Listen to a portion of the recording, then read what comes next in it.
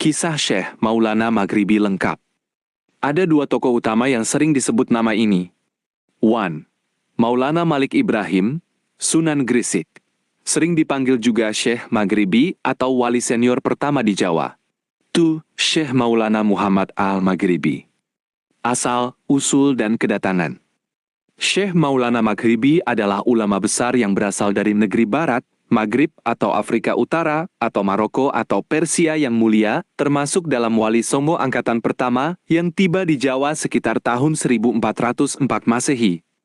Beliau adalah ulama berilmu tinggi, berakhlak mulia, memiliki karomah, dan dikirim bersama rombongan ulama besar untuk menyebarkan cahaya Islam di tanah Jawa yang kala itu masih banyak beragama Hindu dan Buddha. Sebutan Maghribi menunjukkan asal negeri tempat matahari terbenam. Beliau tidak menetap di satu kota saja, melainkan keliling ke pelosok Jawa, Yogyakarta, Cirebon, Bantul, Banten, Klaten, Batang, dan lain-lain. Itulah sebabnya jejak dan makam keramatnya ditemukan di banyak tempat berbeda di sepanjang Pulau Jawa, perjuangan dan dakwah. Saat tiba, tidak semua jalan mudah. Beliau menghadapi tokoh-tokoh setempat yang kuat dan berilmu tinggi. Contohnya di daerah Parangtritis atau Yogyakarta. Beliau bertemu tokoh setempat Panembahan Selohening yang awalnya menolak ajakan masuk Islam. Keduanya menguji kekuatan, bermain petak umpet dan memancing di laut. Lawan mendapat ikan duluan, namun Syekh Maghribi mendapat ikan yang sudah matang, harum, dan siap dimakan dengan kekuasaan Allah. Maka lawan pun mengakui kebenaran dan kesaktian beliau, menyerahkan padepokan, lalu memerintahkan pengikutnya berguru kepada sang Syekh. Beliau mendirikan pesantren, masjid, mengajarkan tauhid, akhlak mulia, cara bertani yang baik, dan pengobatan. Metode beliau, lemah lembut, tidak kasar, menghormati adat, mendekati semua lapisan rakyat, bukan dengan pedang atau paksaan.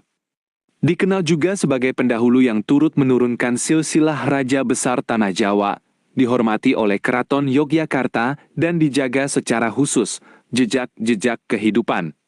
Ada di Bantul atau Yogyakarta. Makam di bukit dekat pantai Parangtritis, tempat yang sunyi dan suci dijaga abdi dalam keraton. Ada peninggalan sumur kawak, kayu peninggalan pancingan yang jadi bambu keramat. Ada di Cirebon, kompleks Astana Kanoman. Ada di Banten atau Pandeglang, Kampung Kumalirang, tempat yang keramat dan dikunjungi peziarah. Dipercaya mengeluarkan cahaya suci. Ada juga di Batang atau Wonobodro dan daerah lain. Hal ini wajar karena beliau berdakwah berkeliling sampai akhir hayatnya di tempat yang berbeda versi cerita turun-temurun.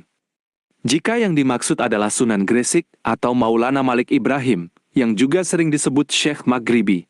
Beliau wali pertama di Gresik, Jawa Timur.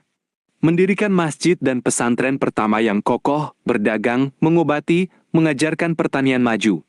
Wafat tahun 1419 M, 822 hari, dimakamkan di Gresik, tempat yang selalu diziarahi sampai kini.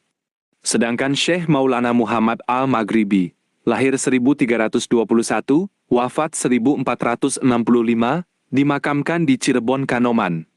Akhir hayat dan warisan. Kisah beliau mengajarkan, Islam menyebar dengan kesabaran, ilmu, kasih sayang. Ulama berkelana jauh demi menyelamatkan hati manusia.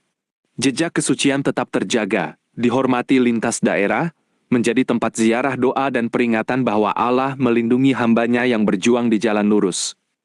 Makam-makam beliau di berbagai tempat kini menjadi situs cagar budaya dan pusat ziarah, tempat kita merenungi perjuangan para leluhur yang suci dan mulia dalam menanam benih iman di bumi Nusantara tercinta.